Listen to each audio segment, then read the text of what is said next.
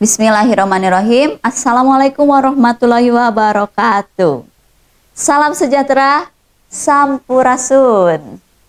Baraya, kabar priangan semuanya. Kembali lagi bersama saya Rika Rostika Johara dalam acara Podcast Kabar Priangan. Oke, hari ini 23 Oktober 2024, yaitu hari Rabu, dimana kalau ada baraya yang merasakan di hari Selasa sore kemarin, bumi kita sedikit bergoyang. Itu terjadi gempa bumi yang berpusat di Kabupaten Pangandaran. Untuk beritanya bisa dibaca di online, rubrik online kabar priangan dan juga di kabar Pangandaran. Di sini ada beritanya. Akan saya baca sedikit mengenai gempa bumi yang terjadi di hari kemarin, yaitu pada Selasa 22 Oktober 2024. Sekitar pukul 19.43 waktu Indonesia Barat, berarti ini Ba'da Isya ya. Gempa tersebut cukup besar dirasakan di wilayah Kabupaten Ciamis dan juga Kota Tasikmalaya hingga membuat warga berhamburan keluar rumah. Kebayang ya, di sore malam-malam hari seusai beribadah gitu, lagi leleson kalau kata orang Sunda ya, mungkin ada yang lagi nonton TV atau lagi makan bersama atau lagi ngemil, main HP dan sebagainya, tiba-tiba bumi bergoyang dan lalu kita semua berhamburan keluar dari rumah karena takut gitu kan. Informasi yang diperoleh ini berasal dari Twitter BMKG atau Badan Meteorologi dan Geofisika.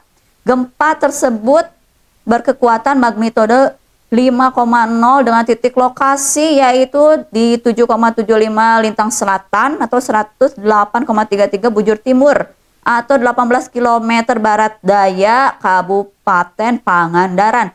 Tapi meskipun ini terjadi di Pangandaran ya, karena kedalamannya sampai pada 72 km, terasa sampai ke Ciamis dan juga ke sini ke Kota Tasikmalaya gitu. Namun yang tidak perlu dikhawatirkan bahwa gempa kemarin itu tidak berpotensi tsunami. Nah, Baraya Kabar Priangan bisa mengikuti akun dari BMKG untuk mengetahui peristiwa gempa terkini atau peristiwa yang berhubungan dengan meteorologi dan klimatologi saat ini gitu kan. Apalagi dan selain itu juga dari BMKG juga melakukan adanya pengiriman pesan ke nomor-nomor masyarakat di Indonesia gitu. Dan apalagi saat ini kita memasuki musim pancaroba yang nggak jelas ya, kadang panas, kadang hujan gitu, dan perubahannya sangat ekstrim. Dan ini dihimbau untuk Baraya Kabar Priangan semuanya untuk berhati-hati saat ingin berpergian atau merencanakan kegiatan di luar rumah gitu. Karena tidak hanya perubahan iklim, tapi juga ini diikuti dengan ada banjir, kemudian ada penyakit-penyakit atau hal-hal yang menyertai peristiwa tersebut itu, dan ini perlu untuk diantisipasi. Dan di sini juga masih situs online milik Kabar Priangan Group gitu, tentang tips untuk menghadapi bencana. Di sini juga diulas sedikit mengenai bahwa di Indonesia ini kan banyak sekali daerah-daerah atau zona megatrust yang rentan terhadap bencana. Jadi memang di Indonesia salah satu gunung aktif yang terbanyak, juga di bawahnya banyak lempengan-lempengan tektonik yang bisa sewaktu-waktu dan tidak bisa diprediksi akan terjadi guncangan, salah satunya seperti gempa bumi yang terjadi kemarin gitu. Nah, apa saja sih yang harus kita lakukan untuk mengantisipasi atau melakukan mitigasi bencana gitu kan? Pertama di sini jangan percaya hoax. Maka dari itu Baraya Kabar Priangan semuanya bisa mengikuti akun resmi dari BMKG, kemudian ada pesan-pesan melalui SMS dari BMKG, juga ada akun X, dan juga bisa mengikuti akun atau liputan online dari Kabar Priangan Group, juga seperti Kabar Priangan dan Kabar Pangandaran di sini.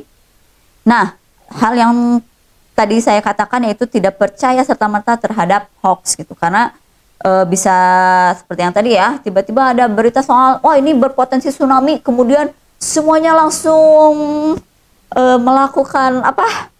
Pindah gitu, mengungsi ke daerah yang lebih tinggi, ke daerah pegunungan gitu. Tapi itu harus di cross check gitu ya. Meskipun kita perlu mewaspadainya. Karena penyebaran hoax ini menimbulkan dampak negatif seperti tadi, kepanikan massal. Nah, juga kerugian ekonomi.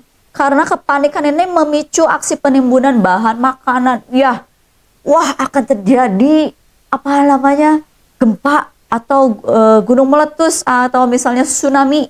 Nah, kemudian banyak orang yang menimbun bahan makanan dan juga mengambil uang di ATM secara apa ya, hal yang tidak wajar itu. Dan ini tentu akan menjadi kerugian secara ekonomi karena akan terjadi ketidakstabilan kegiatan ekonomi.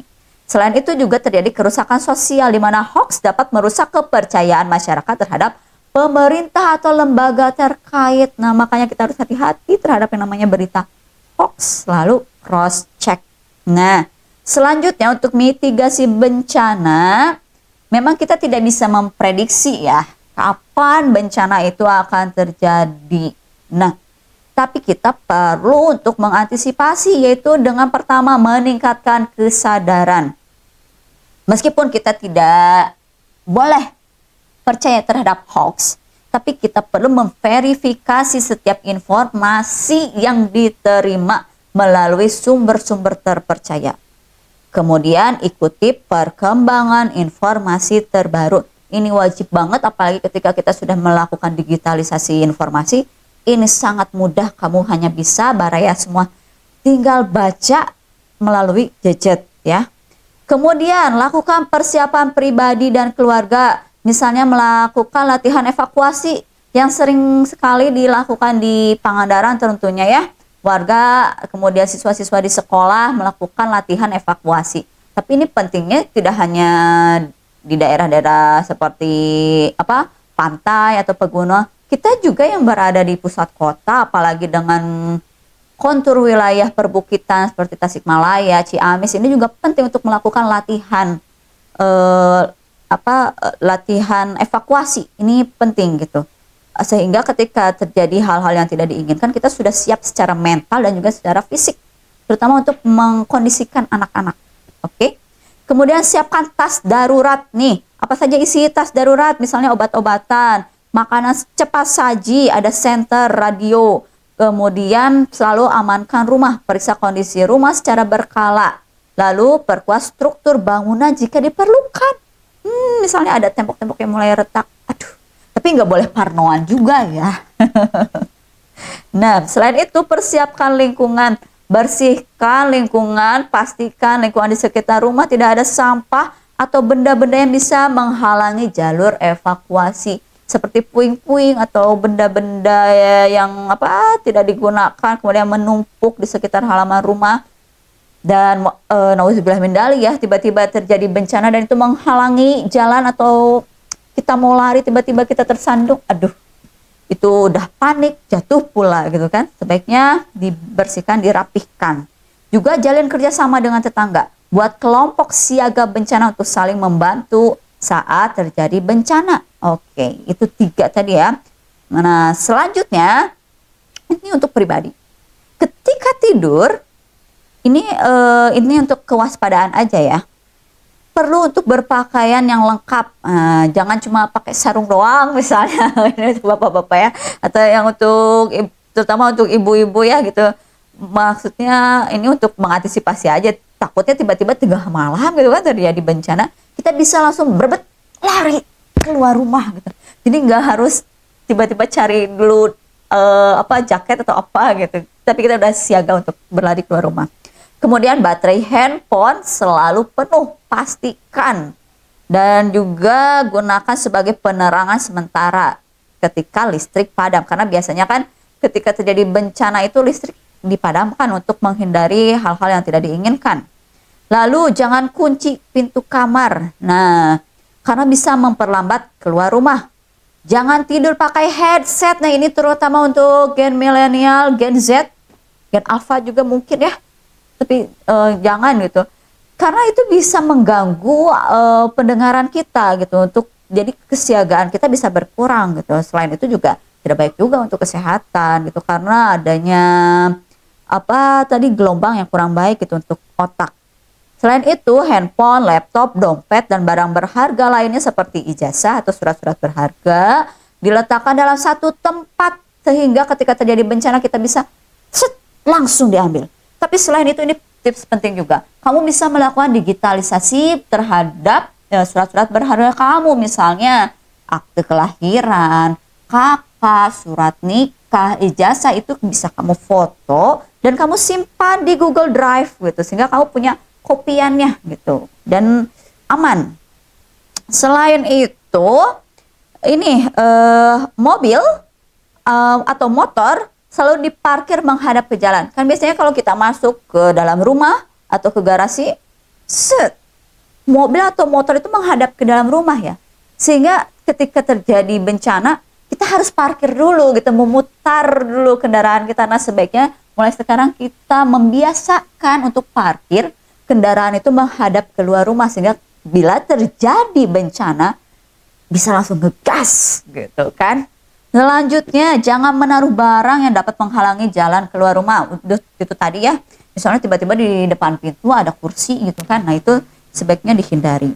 Kemudian periksa kembali saluran-saluran air di sekitar rumah yang mungkin masih tersumbat untuk mengantisipasi debit air berlebihan saat curah hujan tinggi. Ini penting banget, ini gak hanya terjadi di daerah perkotaan ya Mbak Raya ya, di daerah seperti Panjalu, kemudian Sukamantri, itu yang berdekatan dengan bendungan-bendungan, saat ini sudah mulai terjadi banjir atau luapan-luapan air ke daerah warga, ke masyarakat gitu. Nah, ini perlu diperhatikan juga sih terhadap pemerintahnya juga, kenapa kok hal ini bisa terjadi gitu. Padahal selama bertahun-tahun bendungan tersebut ada, nggak pernah kejadian banjir. Tapi tahun ini, tahun kemarin, itu ketika curah hujan tinggi, hujan terus-menerus, terjadi banjir, luapan yang masuk ke daerah warga. Kemudian periksa secara berkala dan perbaiki bangunan rumah apabila ada retak atau kerusakan pasca gempa. Nah, ini penting banget nih, ketika habis gempa, rumah masih aman. Nggak bisa begitu, tiba-tiba saja rubuh. Ini jadi bahaya, ini jadi musibah yang selanjutnya. Oke. Mbak Raya, kabar priangan itu saja yang bisa saya sampaikan ya. Semoga kita semua bisa aman dan bisa mengatasi apapun mengantisipasi bencana jika itu terjadi gitu. Tapi semoga tidak ya, semoga terus-terusan aman gitu ya. Tapi itu penting, oke? Itu saja dari saya. Mohon maaf apabila ada kata-kata yang kurang berkenan. Saya Rika Rostika Johara pamit mohon diri, tapi sebelumnya subscribe akun ini, kemudian juga like, komen, boleh share juga. Lalu jangan lupa follow akun dari kabar priangan lainnya seperti TikTok, Instagram, dan Facebook. Oke? Dan untuk Baraya kabar priangan lainnya yang ingin berbagi informasi di sini, di YouTube Kabar Priangan, sangat bisa, yaitu bisa langsung datang ke kantor di Jalan Cimulu atau melalui akun Instagram Kabar Priangan. Boleh di DM ya, DM aja langsung. Sekian dari saya, wabillahi taufiq wal hidayah, wassalamualaikum warahmatullahi wabarakatuh.